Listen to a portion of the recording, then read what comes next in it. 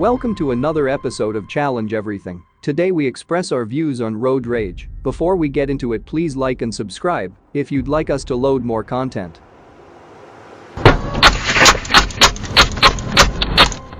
And right now, we're seeing dramatic new video from a shooting on I-95 that landed this driver behind bars. In that disturbing video, you can see the man behind the wheel pull out a gun and fire during morning rush hour. Local 10's Roy Ramos live now in North Miami with an update for us tonight. Roy? Calvin, and remarkably, no one was injured in any of this. Nearly a dozen shots fired. It all happened right here on the lanes of I-95, and the driver who opened fire says he did so because he thought he was being shot at.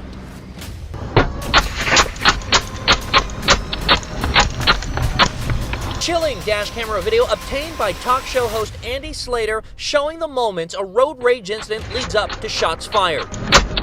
You may remember when we first told you about the incident back in late June. Two cars found riddled with bullets on the southbound lanes of I-95 near 135th Street. We've now learned the driver you are looking at is 30-year-old Eric Popper.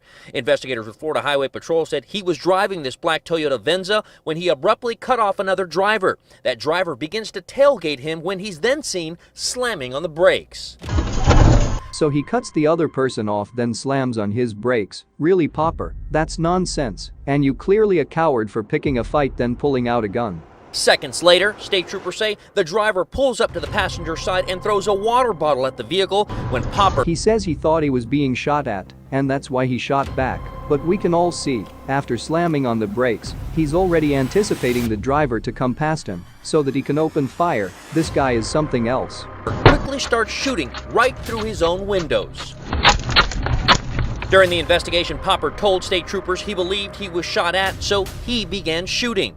While surprisingly there were no reported injuries, Popper ultimately turned himself into Florida Highway Patrol, was arrested, and is now facing felony charges. We don't know if the other driver first cut him off or if something caused Popper to cut them off. But the problem with this behavior is that you or I could have been in the next lane, and one of these stray bullets could have killed us. It's ridiculous behavior and should be punished severely. Some could argue that we don't know what truly happened and to get all the facts, but the reality is any one of us could have been harmed, and this is unacceptable.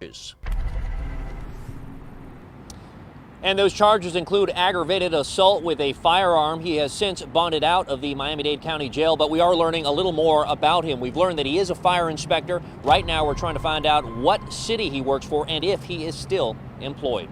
For now, here in North Miami, Roy Ramos, Local 10 News. Let me know what you think in the comments section.